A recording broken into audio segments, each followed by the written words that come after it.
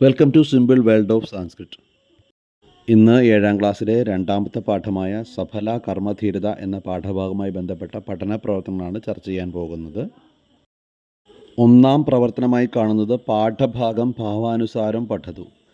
നമുക്കറിയാം ഈ പാഠം ഒരു അതിജീവനത്തിൻ്റെ കഥ, വാർത്തയിൽ വരുന്നത് ഒരു ചരിത്ര സംഭവം നടന്നത്, ഒരു കുടുംബം കാണുന്നു, അതിൻ്റെ സംഭാഷണമാണ്. അപ്പോൾ അവർക്കുണ്ടാകുന്ന ആശ്ചര്യങ്ങളും അവരുടെ കൗതുകങ്ങളും ഒക്കെ ഓരോരുത്തരുടെ ഭാഗത്തുനിന്നുണ്ടാകുന്ന, കുട്ടിയുടെ ഭാഗത്തുനിന്നുണ്ടായത്, മുത്തശ്ശിയുടെ ഭാഗത്തുനിന്നുണ്ടായത്, അമ്മയുടെ ഭാഗത്തുനിന്നുണ്ടായ ഓരോരോ സംഭാഷണങ്ങൾക്ക് അതിൻ്റേതായ ഭാവം പകർന്നുകൊണ്ട് വേണം അത് അവതരിപ്പിക്കാൻ. അതാണ് ഒന്നാമത്തെ പ്രവർത്തനം. അത് കുട്ടികളെ കൊണ്ട് ടീച്ചർമാരുടെ നേതൃത്വത്തിൽ അത് ചെയ്യിപ്പിക്കണമെന്നാണ് ഉദ്ദേശം. അവൻ്റെ താഴെ അത് ശ്രദ്ധേയങ്ങളായ അംശങ്ങൾ, അതായത് ശ്രദ്ധിക്കേണ്ട കാര്യങ്ങൾ പറയുന്നുണ്ട്. പദജ്ഞാനം, കുട്ടികൾക്ക് ഓരോ പദങ്ങളും തിരിച്ചറിയാനുള്ള ഒരു ജ്ഞാനം. പിന്നെ ആശയ വ്യക്തത, എന്താണ് പറയുന്നത് അതിൻ്റെ ആശയം മനസ്സിലാക്കിക്കൊണ്ട് പറയണം വേണ്ടി ശ്രമിക്കണം. പിന്നെ അവതരണ ശൈലി, ആ പാഠം അവതരിപ്പിക്കുന്ന രീതി. ഇപ്പോൾ സംഭാഷണം ആയതുകൊണ്ട് തന്നെ നമുക്ക് വേണമെങ്കിൽ 2-3 കുട്ടികളെ കൊണ്ടൊക്കെ ഇത് ചെയ്യിപ്പിക്കാവുന്നതാണ്. അപ്പോൾ അത് ഭംഗിയായി വീണ്ടും വീണ്ടും വായിപ്പിച്ചിട്ട് ഇതിൻ്റെ ആശയം മനസ്സിലാക്കി അവതരണ ശൈലി വളരെ ശ്രദ്ധിച്ച് ചെയ്യണം. അതിൻ്റെ വ്യക്തമായ ഭാവത്തോടെ ഓരോ ക്യാരക്ടറും നോട് നീതി പുലർത്തിക്കൊണ്ട് അത് ചെയ്യണമെന്നാണ് ഉദ്ദേശിക്കുന്നത്. അടുത്ത പ്രവർത്തനം എന്താണ്? ദൃശ്യമാധ്യമ വാർത്താ അവതരണ രീതിയ വാർത്താം അവതാരയിതു. അതായത് എന്താണ്? ദൃശ്യമാധ്യമങ്ങൾ, നമ്മൾ കാണുന്ന ദൃശ്യമാധ്യമങ്ങൾ, ടെലിവിഷൻ, അതുപോലെ മൊബൈൽ, സ്മാർട്ട് ഫോണിലൊക്കെ കാണുന്ന എന്താണ് ദൃശ്യമാധ്യമങ്ങൾ, ആ ദൃശ്യമാധ്യമങ്ങൾ കാണുന്ന വാർത്ത അവതരിപ്പിക്കുന്ന രീതിയിലേക്ക് വാർത്ത അവതരിപ്പിക്കാനാണ് പറയുന്നത്. അപ്പോൾ അത് ശ്രദ്ധിക്കേണ്ട ഉച്ചാരണ സ്ഫുടത. ഒരു ടി വിയിലെ ന്യൂസ് വായിക്കുമ്പോൾ എന്താണ്, ഓരോ അക്ഷരങ്ങളും വ്യക്തമായി കേൾക്കുന്ന തരത്തിൽ വേണം അത് അവതരിപ്പിക്കാൻ. അല്ലെങ്കിൽ നമുക്കറിയാം ഈ ടി വി ന്യൂസിലൊക്കെ വാർത്ത വായിക്കുമ്പോൾ ഒരു തെറ്റ് വന്നു കഴിഞ്ഞാൽ ചാനൽ എന്താണ്, ആ വാർത്ത വായിക്കുന്ന അവതാരകരോട് എന്താണ് ചെറിയൊരു പിഴ ഈടാക്കും. അതായത് അവരുടെ ഒരു തെറ്റ് വരാതിരിക്കാനുള്ള ഒരു മാർഗ്ഗമാണത്, അങ്ങനെ സ്വീകരിക്കുന്ന കാര്യമാണ്. അപ്പോൾ അത്തരത്തിൽ തന്നെ ഒരു വാർത്ത വായിക്കുമ്പോൾ വളരെ ശ്രദ്ധിച്ച് വേണം ചെയ്യാനെന്ന് മനസ്സിലാക്കുക. അപ്പോൾ അക്ഷരസ്ഫുടത വളരെ വലിയൊരു കാര്യമാണ് ഈ വാർത്ത അവതരിപ്പിക്കുന്നത്. പിന്നെ രണ്ടാമത്തെ ദൃശ്യാനുസാരം ഭാഷണം. ദൃശ്യത്തിനനുസരിച്ച്, ഇപ്പോൾ നമ്മൾ ഈ വാർത്ത വായിക്കുമ്പോൾ അതിൻ്റെ പിന്നിൽ ഓരോരോ ന്യൂസുകൾ വായിക്കുമ്പോൾ ചില ദൃശ്യങ്ങൾ കാണിക്കും. അപ്പോൾ അതിനനുസരിച്ച് ആ കാര്യങ്ങൾ നടക്കുമ്പോൾ അതിനനുസരിച്ച് വേണം, എന്താണോ ദൃശ്യം കാണിക്കുന്നത് അതിനനുസരിച്ച് വേണം വാർത്ത അവതരിപ്പിക്കാൻ. അപ്പോൾ അങ്ങനെയാണ് ഉദ്ദേശിക്കുന്നത്. അടുത്ത ഉചിത ഭാഷണ രീതി.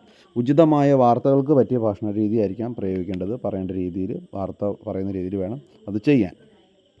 ഇതിൻ്റെ മാതൃകകളൊക്കെ ലഭിക്കാൻ തക്കണം നമുക്ക് ധാരാളം അവസരങ്ങളുണ്ട്. സമ്പ്രതി വാർത്ത എന്ന് പറയുന്നൊരു ചാനൽ തന്നെയുണ്ട്. ആ ചാനലിൽ കയറി കഴിഞ്ഞാൽ തന്നെ നമുക്ക് ഈ കുട്ടികൾ തന്നെ സംസ്കൃതം വാർത്ത വായിക്കുന്നത് കാണാൻ പറ്റും. അപ്പോൾ അതിൻ്റെ രീതി എങ്ങനെയാണ് ന്യൂസ് വരുന്നത് എന്നൊക്കെ മനസ്സിലാക്കാനായിട്ട് അത് സഹായിക്കും. പിന്നെ ജനൻ ടി വിയിലൊക്കെ സംസ്കൃത വാർത്തയുണ്ട്, അത് നിങ്ങൾക്ക് കുട്ടികളെ കാണിച്ചു കൊടുക്കാവുന്നതാണ്. അപ്പോൾ അതിൻ്റെ മാതൃക മനസ്സിലാക്കിയിട്ട് അത്തരത്തിൽ കുട്ടികളെ പരിശീലിപ്പിച്ചുകൊണ്ട് വാർത്ത അവതരിപ്പിക്കണമെന്നാണ് ഉദ്ദേശിക്കുന്നത്. രണ്ടാമത്തെ പ്രവർത്തനം. 16-ാം പേജിലുള്ള അടുത്ത പ്രവർത്തനം നോക്കൂ. കോഷ്ടകാത് ഉചിതം വാക്യം സ്വീകൃത്യ ചിത്രാണാം അതഹ ലിഖതു. ബ്രാക്കറ്റ്, കോഷ്ടകം വെച്ചാൽ ബ്രാക്കറ്റിൽ ഒരു 3 വാക്യങ്ങൾ കൊടുത്തിട്ടുണ്ട്.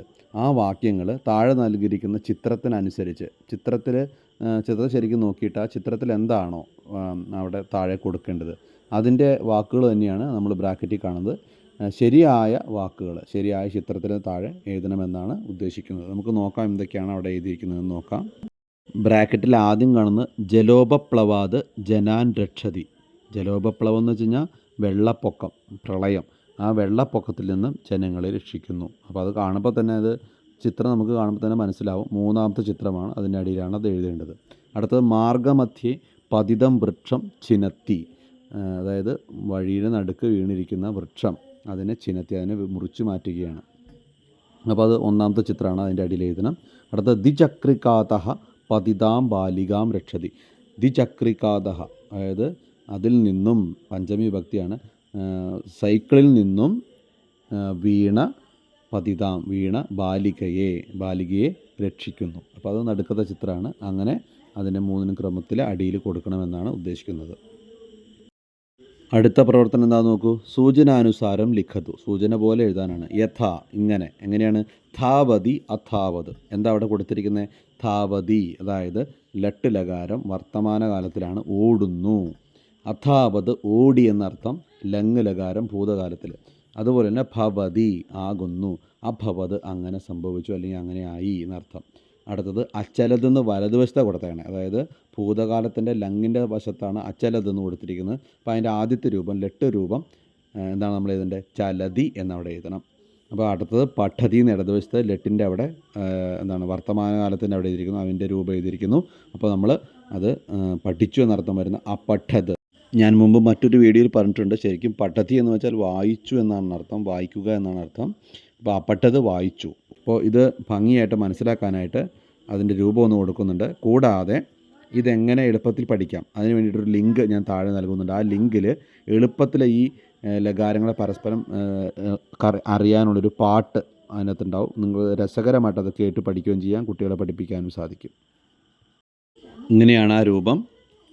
ധാവതി അധാവത്, ഭവതി അഭവത്, ചലതി അചലത്, പഠതി അപഠത്.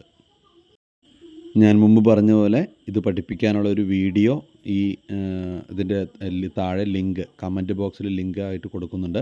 അത് നിങ്ങൾക്ക് എളുപ്പത്തിൽ കണ്ടു പഠിക്കാം. അപ്പോൾ എല്ലാവർക്കും ഒരിക്കൽ കൂടി ധന്യവാദം.